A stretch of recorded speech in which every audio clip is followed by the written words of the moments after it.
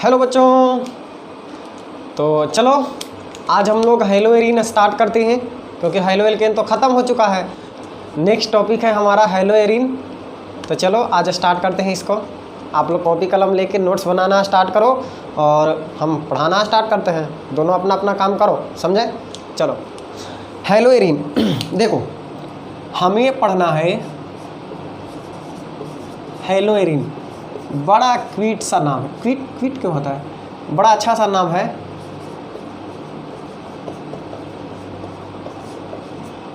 Hello arene.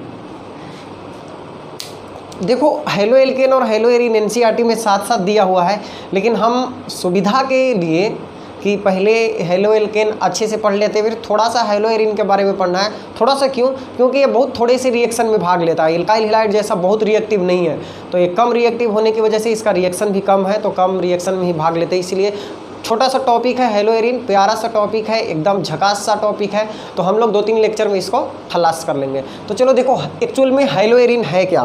तो देखो ध्यान से देखो, hello arenes are the compounds formed by replacing one or more hydrogen in aromatic ring with halogen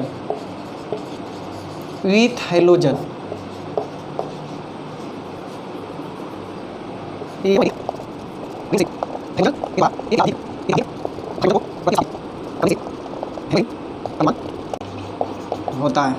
देखो hello arene है क्या? तो hello arenes are the compounds formed by replacing one or more hydrogen in aromatic ring with halogen। तो क्या क्या बोल दिए? तो देखो ध्यान से, एरोमेटिक रिंग यानी बेंजीन रिंग। एरोमेटिक रिंग मतलब बेंजीन रिंग।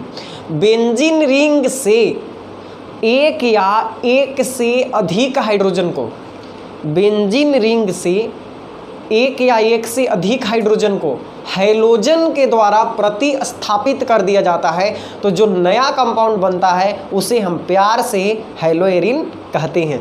तो देखो एरोमेटिक रिंग मतलब बेंजीन रिंग। एरोमेटिक रिंग से हैलोजन के द्वारा एक या एक से अधिक हाइड्रोजन को प्रतिस्थापित करने से, किसके द्वारा प्रतिस्थापित करने से? होगा ना गड़बड़, हाइड्रोजन को यहाँ पे लिखना पड़ेगा ना भाई,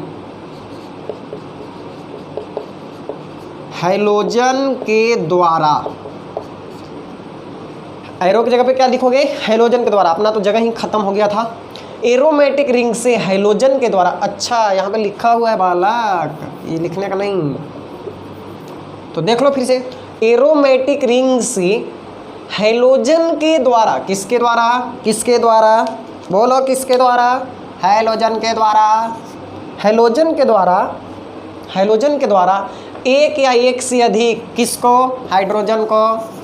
हाइड्रोजन को प्रतिस्थापित करने से क्या बनता है? हेलो एरीन बनता है। हेलो एरीन का निर्माण होता है। तो देखो करेंगे क्या, जैसे हमारे पास एक बेंजीन रिंग है, बेंजीन रिंग,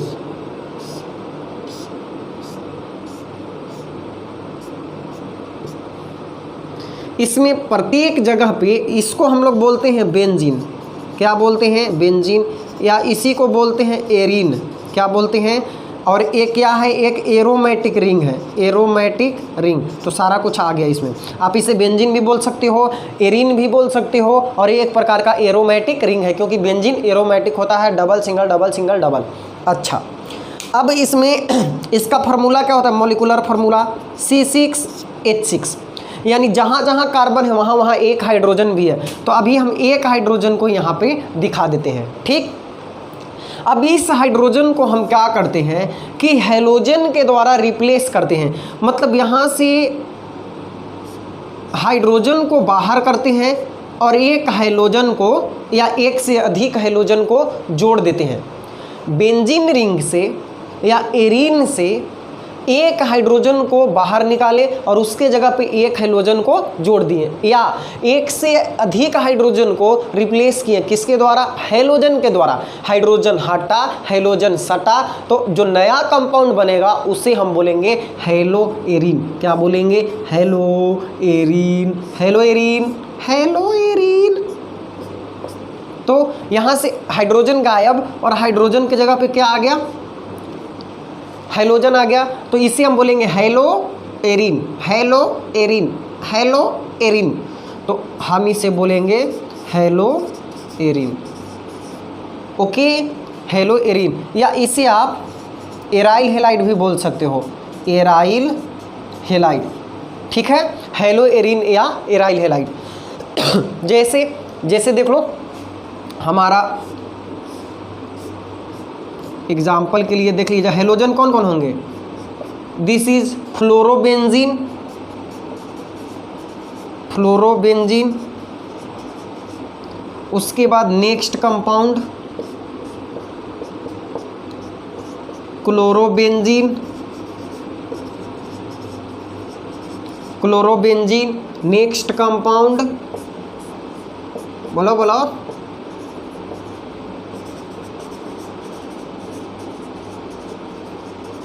बोलोरो, बोलोरो ना, fluorobenzene, chlorobenzene, fluorobenzene, chlorobenzene, fluorobenzene, chlorobenzene, bromobenzene. हाँ, ब्रोमोबेंजीन, ब्रोमोबेंजीन। और नेक्स्ट है आयोडोबेंजीन। इसे बोलेंगे हम, क्या बोलेंगे? क्या बोलेंगे इसे? आयोडोबेंजीन बोलेंगे भाई, आयोडोबेंजीन। तो दिस इज आयोडोबेंजीन। ये सब के सब हमारा एग्जाम्पल है किसका? किसका बोलो, किसका? हैलोएरिन का। ये सब के सब हैलोएरिन्स हैं। तो बेंजीन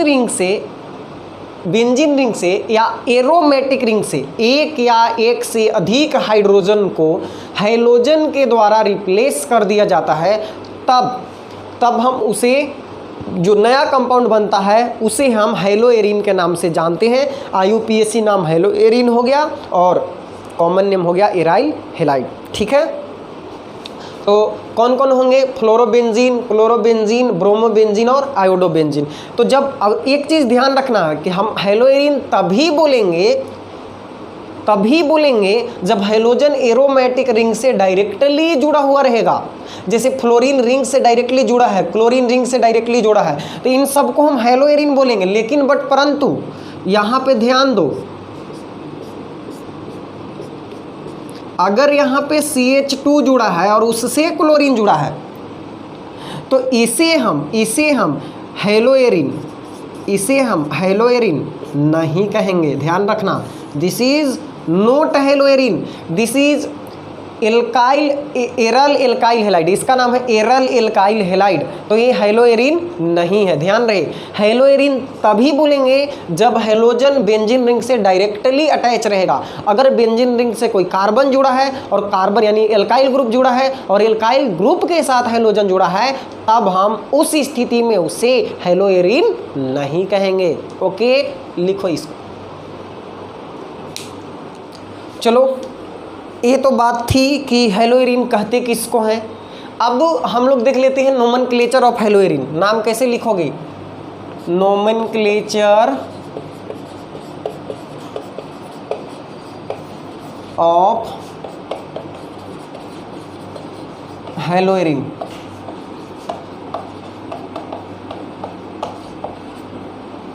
हैलोएरिन का नामकरण। तो देखो, अगर यहाँ पे पहला वाला केस हम देख लेते हैं, case 1, if one halogen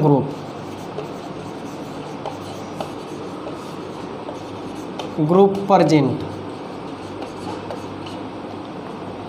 group हटा दो, इफ वन हैलोजन प्रेजेंट,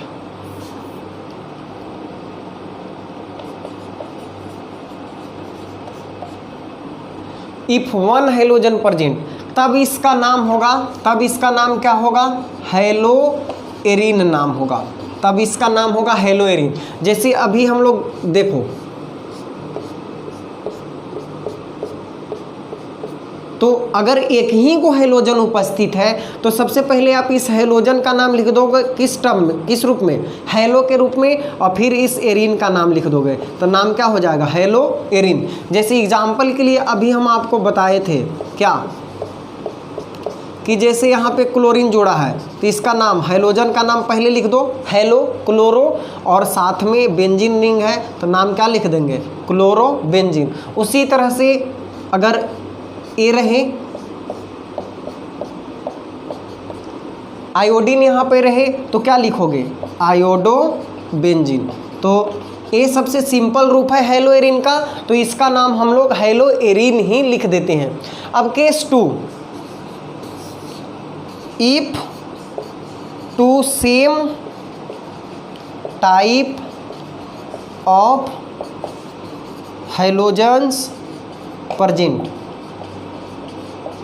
अगर दो एक ही प्रकार के हेलोजन ग्रुप उपस्थित रहें, दो एक ही प्रकार के, कहने जैसे देखो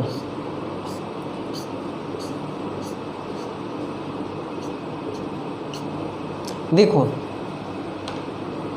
अगर इस तरह का रहे कि यहाँ पे क्लोरीन है और यहाँ पे क्लोरीन है, दो सेम प्रकार का ग्रुप रहे, और एक ऐसा है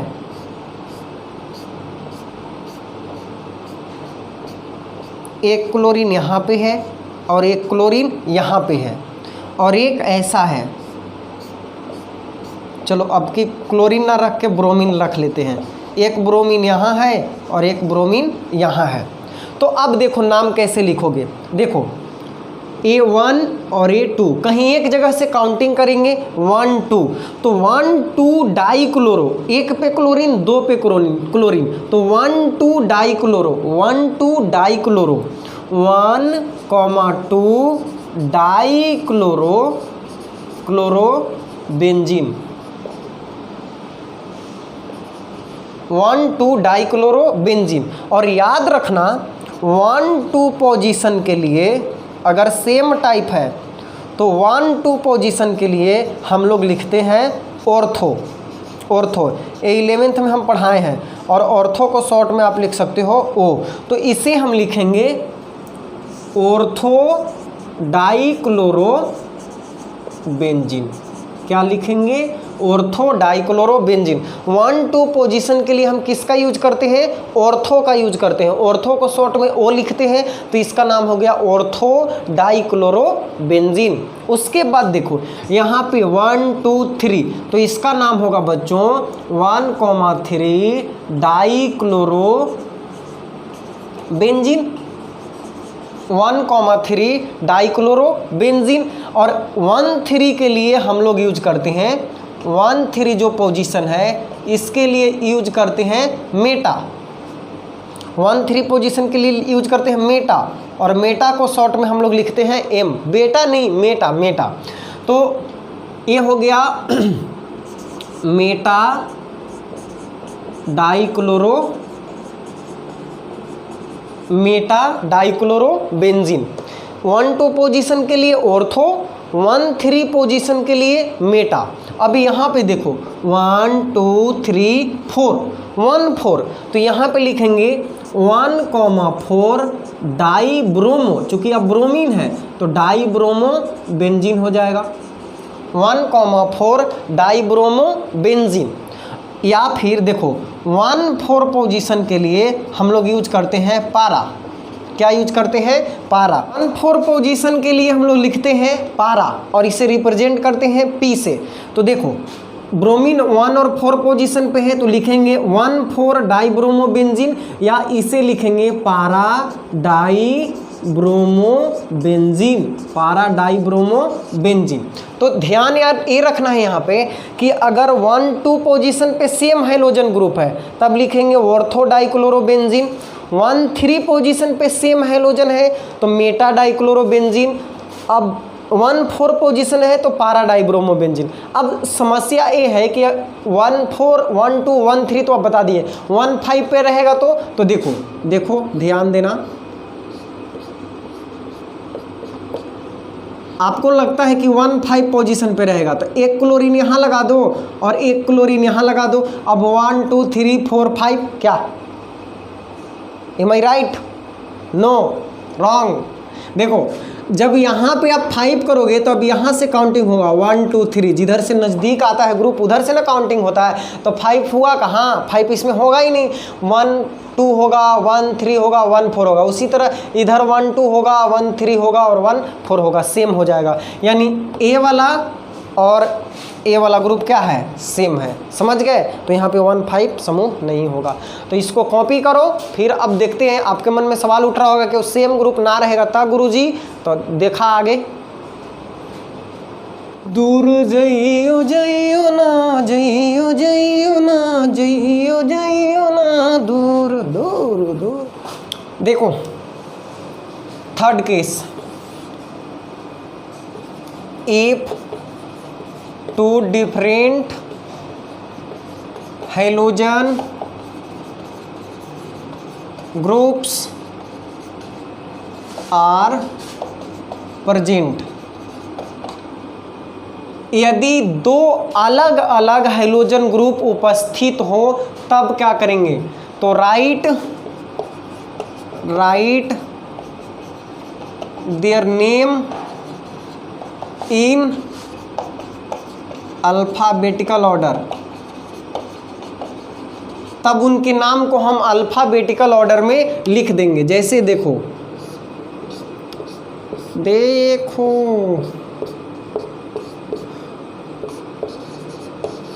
ऐसा कंपाउंड है या फिर ऐसा कंपाउंड है या फिर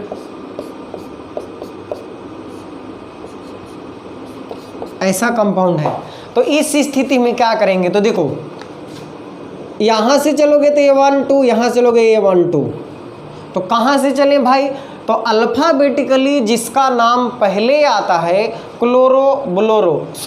क्लोरोब्रोमो, तो ABCD पढ़ोगे तो B पहले आएगा कि C? हमारे यहाँ तो C आता है, तुम्हारे यहाँ क्या आता है बताओ? B आता होगा। तो ठीक है, B पहले आता है तो हम 1 इसे लिखेंगे और इसे 2 लिखेंगे। तो 1 ब्रोमो 2 क्लोरो, इसका नाम 1 ब्रोमो 2 क्लोरो, 1 ब्रोमो 2 क्लोरो। और ये क्या है? बेंजीन। 1 bromo 2 chloro benzene. यहाँ पे देखो 1 2 3 4, क्योंकि ब्रोमीन पहले, B पहले आता है अल्फ़ाबेटिकली, F बाद में आता है, B 2 पे आता है, F 6 पे आता है, I 9 पे आता है, C 3 पे आता है। तो जो पहले आएगा उसका नाम लिखाएगा, पहले आएगा पहले पाएगा। 1 2 3 4, 1 2 3 4, दोनों तरफ से चलोगे सेम, इसीलिए इधर से चल दिए। तो 1 ब्रोमो 4 फ्लोरो और बेंजीन। कोई दिक्कत? No no no no no. यहाँ पे देखो क्लोरीन पहले आएगा तो 1 क्लोरो 2 आयोडो बेंजीन। अरे भाई हमारे यहाँ भी B ही पहले आता है, जस्ट जोक। C किसके यहाँ पहले आएगा? देखो तो इस तरह से अगर दो अलग अलग ग्रुप उपस्थित रहेंगे हेलोजन ग्रुप, तो हम उसका नाम अल्फ़ाबेटिकल ऑर्डर में रहेगा। 3 हो गया तब क्या करेंगे? तो कोई बात नहीं, देख लो 3 लगा देते हैं और क्या, 3 लगा देते हैं। यहाँ पे क्लोरीन लगा दिए, यहाँ पे ब्रोमीन लगा दिए और यहाँ पे आयोडीन लगा दिए। ठीक है, अच्छा अब इसका नाम कैसे लिखोगे? तो देखो हमारे पास यहाँ से चलें, यहाँ से चलें कि यहाँ से चलें? तो देखो हम वहाँ से चलेंगे जिधर से काउंटिंग करने पर सारे ग्रुप जो है लोवेस्ट लोकेंट उनको मिले, यानी नज़दीक नज़दीक मिले। अगर आप यहाँ से चलते हो, यहाँ से आयोडीन से चलते हो, तो आयोडीन से अगर इस साइड चलते हो ऐसे, तो 1 पे मिलेगा, 3 पे मिलेगा और 4 पे मिलेगा लोकेंट। अगर आप ब्रोमीन से चलते हो किधर, इस तरफ ऐसे, तो 1 पे मिलेगा, 2 पे मिलेगा और 4 पे मिलेगा। तो देखो ये दोनों तो सेम हो गया। यहाँ पे देख रहे हो 2, 2 नज़दीक है ना, तो इसीलिए हम काउंटिंग यहाँ से करेंगे। जिधर से हमें लोकेंट का नंबर जो है, लोकेंट नंबर नज़दीक मिलेगा, छोटा मिलेगा, उधर से ही हम काउंटिंग कर देंगे। तो अब इसका नाम कैसे होगा, वही अल्फ़ाबेटिकल ऑर्डर में, 1 bromo, 2 chloro, 2 chloro, 4 iodo, 4 iodo benzene. इस तरह से आप इसका नाम लिख सकते हो। तो 3 भी रहेगा तो लोएस्ट लोकेंट के आधार पे हम नोमेनक्लेचर इसका कर लेंगे। ये सब पहले हम 11th में पढ़ा चुके हैं, तो लिख लो। देखो अब एक लास्ट बता रहे हैं आपको, चौथा केस, कि अगर 2 अलग अलग ग्रुप उपस्थित रहे, अलग अलग ग्रुप, जैसे एक तो है, चूँकि हेलोइरिन पढ़ रहे हैं तो हेलोजन तो रहेगा, और दूसरा ग्रुप मान लो एल्काइल ग्रुप हो गया, या हाइड्रोक्सिल ग्रुप हो गया, या एमिनो ग्रुप हो गया, और वो क्या करते हैं, कंपाउंड को स्पेशल नाम प्रदान करते हैं। तो उस स्थिति में हम क्या करेंगे, तो देखो, if one group gives a special name of the compound, या इसको लिखेंगे, यदि एक समूह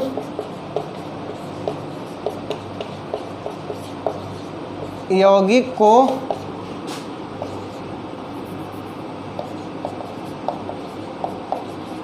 स्पेशल नाम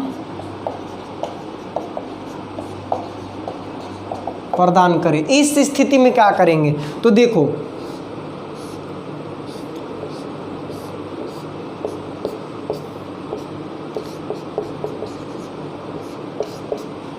यहाँ पे एक कंपाउंड हम ले लिए,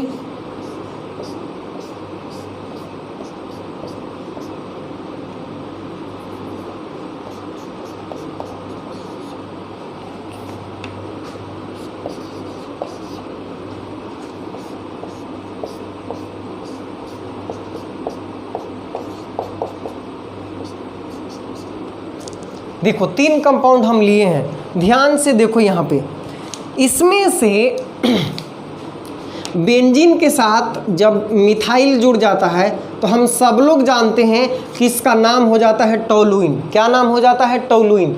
जब बेंजीन से CH3 जुड़ जाता है तब हम इसे क्या बोलते हैं, टोलुइन बोलते हैं। यानी 2 अलग अलग ग्रुप उपस्थित है, 2 अलग अलग ग्रुप, एक एल्काइल ग्रुप है, एक क्लोरो ग्रुप है। इनमें से एक एल्काइल ग्रुप जो है इस यौगिक को स्पेशल नाम दे रहा है। कौन सा नाम दे रहा है, टोलुइन। तो इसको हम लिखेंगे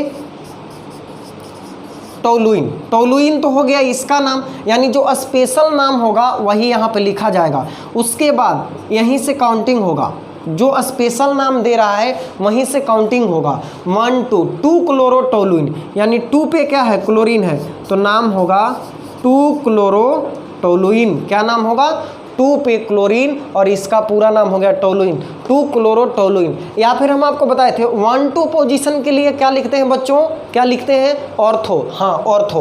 तो 1 2 पोजीशन है तो आप इसे लिख सकते हो ortho chloro toluene, 2 chloro toluene या फिर ऑर्थो क्लोरो टोलुइन। यहाँ पे देखो, यहाँ पे बेंजीन के साथ जब NH2 जुड़ जाता है तब इसका एक स्पेशल नाम हो जाता है एनिलीन। क्या नाम हो जाता है, एनिलीन। तो इसका नाम एनिलीन ही लिखा जाएगा। और काउंटिंग यहाँ से 1 2 3, तो लिखेंगे 3 ब्रोमो एनिलीन, 3 ब्रोमो एनिलीन। या 1 3 पोजीशन के लिए क्या लिखते हैं, मेटा, तो हम लोग लिखेंगे मेटा ब्रोमो एनिलीन। ओके। उसके बाद देखो, जब बेंजीन रिंग के साथ OH जुड़ जाता है बच्चों, तब हम इसको बोलते हैं फिनोल। क्या बोलते हैं, फिनोल। और फिनोल में यहाँ नामकरण फिनोल होगा और यहाँ से काउंटिंग होगी, क्योंकि इसी ग्रुप के कारण स्पेशल नाम मिल रहा है। तो 4 पे क्या मिला, आयोडो, तो हम लिखेंगे 4 आयोडो फिनोल। या 1 4 पोजीशन के लिए पारा लिखते हैं तो लिखेंगे पारा आयोडो फिनोल। तो इस तरीके से हम हैलोएरिन का नामकरण कर सकते हैं। ठीक है, तो ये था हैलोएरिन का नामकरण, कुछ अलग अलग तरह के टाइप कि इस तरह का आएगा तो कैसे नाम लिखेंगे, इस तरह का आएगा तो कैसे नाम लिखेंगे। तो सारे जितने मेजर थे, इम्पोर्टेंट थे, वो हम लोगों ने देख लिया। अब हम चलते हैं preparation of haloalkane, sorry preparation of haloarene. Haloarene का प्रिपरेशन यानी निर्माण हम कैसे करेंगे, तो चलो।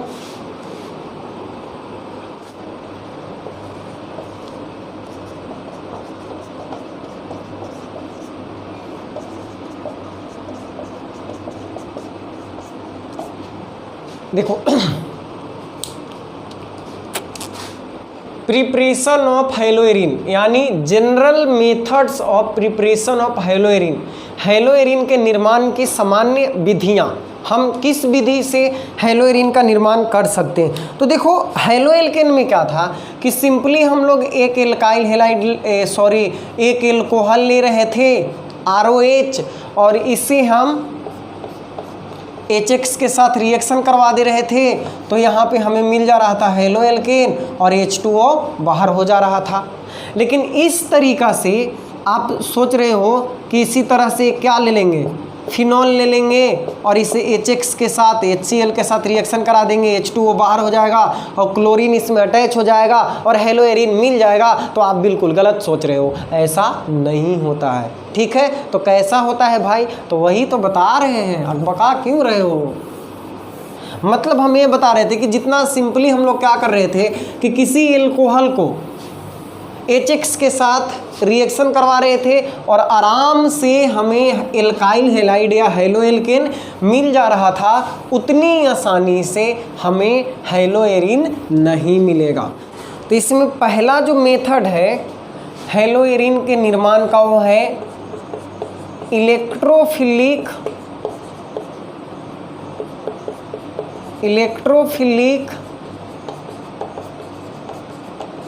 Substitution reaction, electrophilic substitution reaction यानी इलेक्ट्रॉन स्नेही प्रतिस्थापन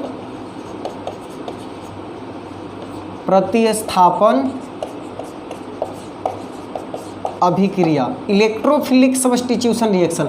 अच्छा, नाम कुछ सुना सुना लग रहा है, हम लोग पढ़े थे ना न्यूक्लियर सब्स्टिट्यूशन रिएक्शन, दो प्रकार के, nucleophilic substitution reaction, electrophilic substitution reaction.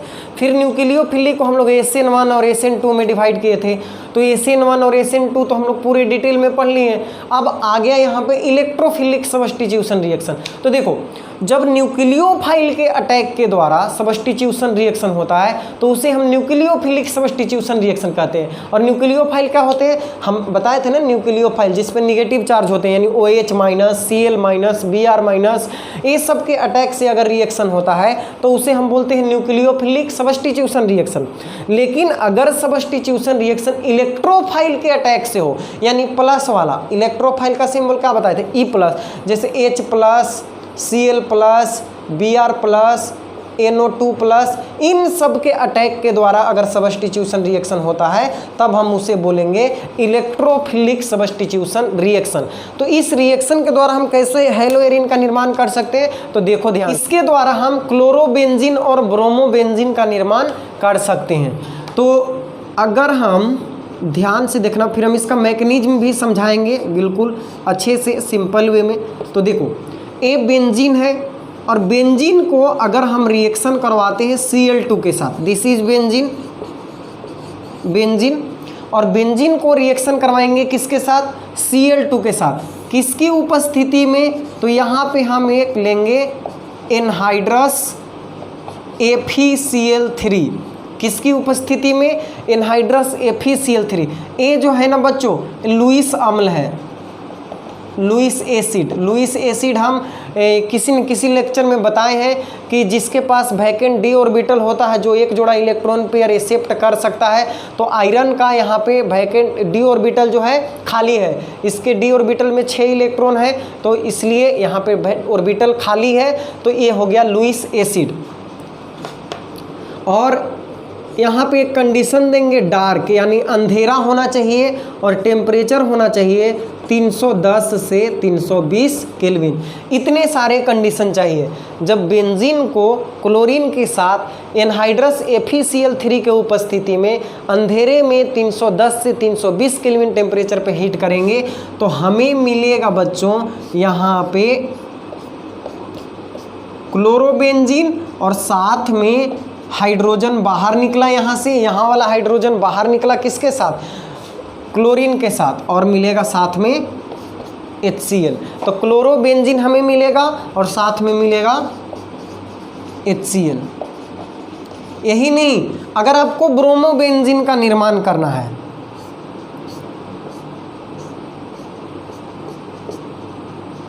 Bromobenzene का निर्माण करना है तो आप बेंजीन को रिएक्शन करा दो Br2 के साथ। किसकी उपस्थिति में, यहाँ पे हम ले लेंगे एनहाइड्रस FeBr3 या आप AlBr3 भी ले सकते हो, ठीक है। यहाँ भी वही कंडीशन होना चाहिए, डार्क और 310 से 320 केल्विन टेम्परेचर। तो यहाँ पे हमें प्रोडक्ट के रूप में मिलेगा ब्रोमोबेंजीन, ब्रोमोबेंजीन मिलेगा और साथ में मिलेगा HBr। तो इस रिएक्शन के द्वारा यहाँ से हम क्लोरोबेंजीन और ब्रोमोबेंजीन का निर्माण कर सकते हैं, लेकिन आयोडोबेंजीन और फ्लोरोबेंजीन का निर्माण नहीं कर सकते हैं डायरेक्टली। जैसे एल्काइल हैलाइड में भी हम लोग आयोडोबेंजीन और फ्लोरोबेंजीन का आयोडो एल्केन और फ्लोरो एल्केन का निर्माण नहीं कर पा रहे थे। क्यों? तो वही सेम कंडीशन यहाँ पे भी है और इसको हम आयोडोबेंजीन और फ्लोरोबेंजीन बनाने का दो अलग तरीका बताएंगे। अभी आप इसको लिखो। देखो, अब देख लेते हैं इस रिएक्शन का मैकेनिज्म यानी क्रियाविधि। रिएक्शन का स्टेप बाय स्टेप डिस्क्रिप्शन, कैसे होता है रिएक्शन। तो देखो, रिएक्शन 3 स्टेप में कंप्लीट होगा। स्टेप वन में क्या होगा बच्चों कि देखो, हम रिएक्शन किससे करवा रहे थे, Cl2 के साथ,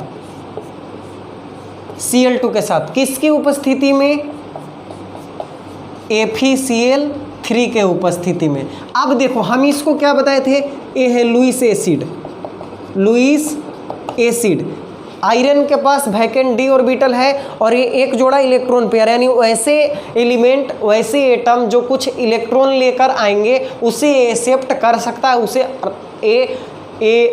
आसरा दे सकता है, उससे अपने पास रख सकता है। तो यहाँ पे ये लालच देता है किसको, क्लोरीन को, कि इसके साथ क्या कर रहे हो, अपने साथ आओ, घूमने चलेंगे। तो एक क्लोरीन क्या करता है, इसके मोह माया में फंस जाता है। मोह माया में तो बड़े बड़े लोग फंस गए, क्लोरीन भी फंस गया यहाँ पे, और फंस गया तो जो अच्छा खासा बॉन्ड बना हुआ था इनके बीच, ये अब नहीं रहेगा। तो एक क्लोरीन जो है ये इसके पास चला गया, FeCl4 इलेक्ट्रॉन लेके चला गया, और आयरन के पास वैकेंट d ऑर्बिटल है ही, तो इलेक्ट्रॉन को रख लेगा आसानी से।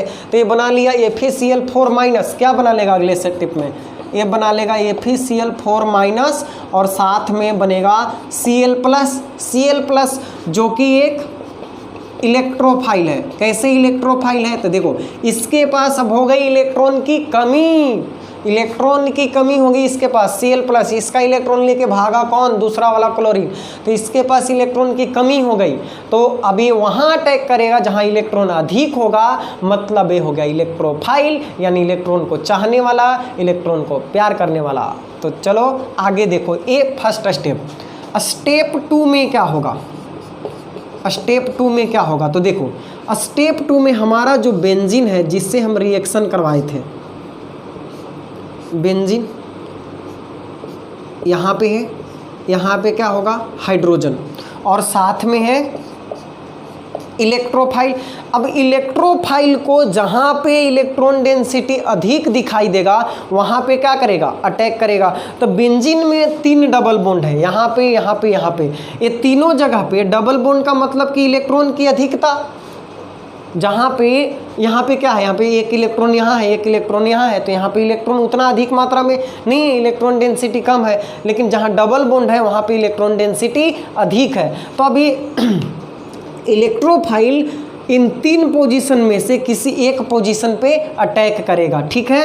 तो अटैक करेगा और इसके अटैक से क्या होगा, ये पाई बॉन्ड टूट जाएगा, ठीक है। जब इलेक्ट्रोफाइल अटैक करेगा तो ये पाई बॉन्ड टूट जाएगा और टूटने के बाद मान लो कि ये पाई बॉन्ड यहाँ गया, इलेक्ट्रॉन इधर शिफ्ट किया, यहाँ भी जा सकता है, यहाँ भी जा सकता है।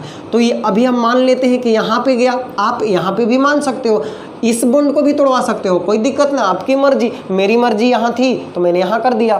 तो यहाँ निगेटिव हो जाएगा और यहाँ पॉजिटिव हो जाएगा। जब यहाँ निगेटिव हो जाएगा तो इलेक्ट्रोफाइल, ये बॉन्ड टूटा और टूटने के बाद मान लो यहाँ गया, तो यहाँ गया तो दोनों इलेक्ट्रॉन यहाँ गया, तो यहाँ माइनस और यहाँ प्लस। अब चूंकि क्लोरीन पे पॉजिटिव था तो क्लोरीन क्या करेगा, यहाँ पे अटैक करेगा। तो अटैक करेगा तो क्या हो जाएगा, देखो जब ये अटैक करेगा, ये बॉन्ड तो टूट गया, तो यहाँ पे हाइड्रोजन पहले से था, क्लोरीन अटैच हो गया और यहाँ पे आ गया पॉजिटिव चार्ज। क्या आ गया, पॉजिटिव चार्ज आ गया, ठीक है। अभी पॉजिटिव चार्ज यहाँ पे आ गया तो देखो अब क्या होगा। अब यहाँ देखो डबल सिंगल पॉजिटिव, क्या हो गया, double single positive, double single positive. तो डबल सिंगल पॉजिटिव में बच्चों हम जानते हैं कि रिजोनेंस होता है, तब यहाँ पे रिजोनेंस हो जाएगा कि नहीं हो जाएगा, बिल्कुल हो जाएगा। तो देखो रिजोनेंस होगा तो क्या होगा, डबल सिंगल पॉजिटिव रिजोनेंस होगा, तब क्या होगा, ए वाला डबल बॉन्ड जाके यहाँ डबल बॉन्ड बनाएगा और ए पॉजिटिव यहाँ आ जाएगा। तो देखो क्या बनेगा, यहाँ हाइड्रोजन है, यहाँ क्लोरीन है और उसके बाद यहाँ पे डबल बॉन्ड और यहाँ पे पॉजिटिव, ठीक है। उसके बाद देखो फिर यहाँ पे डबल बॉन्ड है, फिर से हमें क्या मिल गया, डबल सिंगल पॉजिटिव। तो अब की बार यहाँ डबल बॉन्ड जाके बनाएगा और ये पॉजिटिव यहाँ पहुँच जाएगा। तो नेक्स्ट स्टेप में क्या होगा, अगले स्टेप में हो जाएगा कि यहाँ पे हाइड्रोजन, यहाँ पे क्लोरीन, यहाँ डबल बॉन्ड हो गया और ए डबल बॉन्ड जाके यहाँ डबल बॉन्ड बनाया और यहाँ पे पॉजिटिव। इसका मतलब हुआ कि पॉजिटिव चार्ज यहाँ से मूव करते करते रिजोनेंस के कारण यहाँ आ गया। तो अगर हम इस कंपाउंड का रिजोनेंस हाइब्रिड बनाना चाहें तो यहाँ हाइड्रोजन होगा, यहाँ क्लोरीन होगा और यहाँ से यहाँ तक क्या आया, पार्शियल डबल बॉन्ड आ गया। इसे हम पार्शियल डबल बॉन्ड कहते हैं, यानी कभी डबल बॉन्ड यहाँ है, कभी यहाँ है, कभी यहाँ है, कभी यहाँ है, रिजोनेंस के कारण मूव कर रहा है। तो हम इसे ऐसे बना सकते हैं और ये बन गया हमारा रिजोनेंस हाइब्रिड। ये क्या बन गया, रिजोनेंस हाइब्रिड बन गया, रिजोनेंस हाइब्रिड बन गया। अब थर्ड स्टेप में क्या होगा बच्चों, तो देखो स्टेप थर्ड कि ये जो रिजोनेंस हाइब्रिड बना हमारा, यहाँ H है, यहाँ Cl है और ये हमारा रिजोनेंस हाइब्रिड बना है। और साथ में एक और कंपाउंड यहाँ बना था FeCl4-।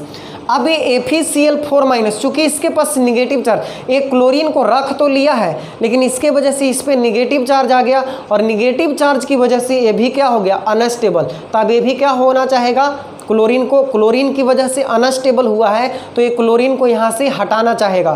तो अब ये क्या करता है कि इस प्रोटॉन को, अब क्लोरीन को ऐसे कैसे हटा दे, एक तो क्लोरीन साथ में था, इसके वजह से नाथ पगा तोड़ के और इसके पास आया। अब ये भी कह रहा है कि भाई तुम्हारे कारण मुझे परेशानी हो रही है, अब यहाँ जाओ। तो ये भी कहेगा ना कि भाई तुम्हारे चलते हम आए थे, तुम ऐसे निठल्ले जैसा कैसे हमको भगा सकते हो। तो ये कहेगा अच्छा ठीक है, देखो जुगाड़ करते हैं किसी का, उसके साथ जाना। तो ये क्या करेगा, इस प्रोटॉन को खींचेगा। जब इस प्रोटॉन को अपनी ओर खींचेगा तो ये जो है यहाँ जाके डबल बॉन्ड का निर्माण कर लेगा। ओके, ये H+ यहाँ से बाहर निकलेगा और ये जाके यहाँ पे डबल बॉन्ड का निर्माण करेगा। तो देखो हमें फाइनल प्रोडक्ट मिलेगा क्लोरो बेंजीन, यानी और ये जो था यहाँ पे डबल बॉन्ड जाके बना लिया और H+ यहाँ से निकला से देखो अब क्या हो गया, HCl माइनस यहाँ से निकला H प्लस, साथ में बन गया HCl। और FeCl3 तो चूंकि कैटलिस्ट है उत्प्रेरक, FeCl3 तो कैटलिस्ट न था, और हम आपको कई बार बताए हैं कि कैटलिस्ट रिएक्शन में लेकर रिएक्शन के रेट को चेंज करेगा लेकिन खुद अपरिवर्तित बाहर निकल जाएगा। तो देखो फिर से FeCl3 क्या हो गया, बाहर निकल गया। This is the mechanism of electrophilic substitution reaction. चलो एक बार और समझ लेते हैं, देखना ध्यान से। हो सकता है आपको यहाँ पे रिजोनेंस में थोड़ा सा दिक्कत हुआ हो, तो इसलिए हुआ क्योंकि आपने 11th नहीं पढ़ा। अगर आपने 11th पढ़ा है तो आपको दिक्कत नहीं होनी चाहिए, क्योंकि मैंने वहाँ पे रिजोनेंस बहुत ही डिटेल्स में पढ़ाया है। ठीक है, चलो देख लेते हैं एक बार फिर से। स्टेप 1 में क्या होता है, देखो हम रिएक्शन किससे करवा रहे थे, बेंजीन का, ऊपर रिएक्शन को लिख लेते हैं, बेंजीन को रिएक्शन करवा रहे थे Cl2 के साथ in presence of anhydrous FeCl3। तो क्या बनेगा, तो देखो प्रोडक्ट खुद ब खुद अपने से मिल जाएगा हमें। स्टेप 1 में क्या होगा कि FeCl3 लुईस एसिड है, इसके प्रभाव से क्लोरीन के बीच का बॉन्ड टूटेगा, एक इलेक्ट्रोफाइल जनरेट होगा और बनेगा FeCl4 माइनस, यानी एक क्लोरीन टूट गया माइनस में और एक क्लोरीन टूट गया प्लस में, प्लस वाला अलग हो गया और माइनस वाला जाके FeCl4 माइनस का निर्माण कर लिया। ठीक है, यानी पहला स्टेप में इलेक्ट्रोफाइल जनरेट किए हम लोग। सेकेंड स्टेप में क्या होता है कि ये जो इलेक्ट्रोफाइल होता है बेंजीन रिंग के, जहाँ पे इलेक्ट्रॉन डेंसिटी अधिक होता है, यानी जहाँ पे डबल बॉन्ड है वहाँ पे अटैक करता है, और इसके अटैक से डबल बॉन्ड टूट जाता है, एक जगह पे माइनस और एक जगह पे प्लस। जहाँ ये बॉन्ड टूट के इलेक्ट्रॉन गया फिर इलेक्ट्रॉन वहाँ माइनस, और जहाँ से गया वहाँ प्लस। अब ये चूँकि प्लस है तो प्लस माइनस पे अटैक किया, क्लोरीन जुड़ गया और इसके पास आ गया पॉजिटिव चार्ज। ठीक है, तो अब देखो यहाँ पे H पहले से था, Cl जुड़ गया, प्लस आ गया। अब चूंकि यहाँ पे डबल सिंगल पॉजिटिव है तो रिजोनेंस होगा। रिजोनेंस होगा तो होता क्या है, इसको 1 मान लो, इसको 2 मान लो, 3 मान लो। 2 3 के बीच का डबल बॉन्ड 1 2 के बीच में चला जाएगा और 1 का जो प्लस है 3 पे आ जाएगा। तो वही देखो 2 3 का डबल बॉन्ड 1 2 पे चल गया और 1 का पॉजिटिव यहाँ पे आ गया। फिर अभी भी पॉजिटिव सिंगल डबल है तो यहाँ पे 1 मान लो, यहाँ पे 2 मान लो, यहाँ पे 3 मान लो। फिर 2 3 का डबल बॉन्ड 1 2 के बीच में चला जाएगा और 3 पे पॉजिटिव आ जाएगा। तो देखो 1 2 के बीच में डबल बॉन्ड आ गया और 3 पे पॉजिटिव। तो अभी पॉजिटिव यहाँ था, अभी पॉजिटिव यहाँ था, अब पॉजिटिव घूम के यहाँ आ गया, मतलब यहाँ से यहाँ तक डबल बॉन्ड क्या हो रहा है, घूम रहा है। तो इस तरह से हम इसका बना दिए रिजोनेंस हाइब्रिड कि डबल बॉन्ड यहाँ से यहाँ तक घूम रहा है। अब थर्ड स्टेप में क्या हुआ कि अब FeCl4 भी इस क्लोरीन माइनस के वजह से अनकंफर्टेबल महसूस कर रहा है, चूँकि इसके पास भी निगेटिव आ गया, तो निगेटिव आ गया तो अनस्टेबल हो गया, तो अभी क्लोरीन को भगाएगा। रख तो लिया था, सब दिन के लिए थोड़ी ना रखा था वह, और मुश्किल में था, रख लिया। अब बोलेगा अब भाई अब अपना देखो तुम, हमको परेशानी हो रही है। तो अब ये क्या करेगा, एक ढूंढेगा, यहाँ दिखाई देगा इसको H प्लस, तो H प्लस को अपनी तरफ खींचेगा, HCl बना लेगा और यहाँ से जो इलेक्ट्रॉन बचा है ये जाके यहाँ पे डबल बॉन्ड का निर्माण कर लिया। तो इस तरह से हमें क्लोरोबेंजीन मिल जाएगा।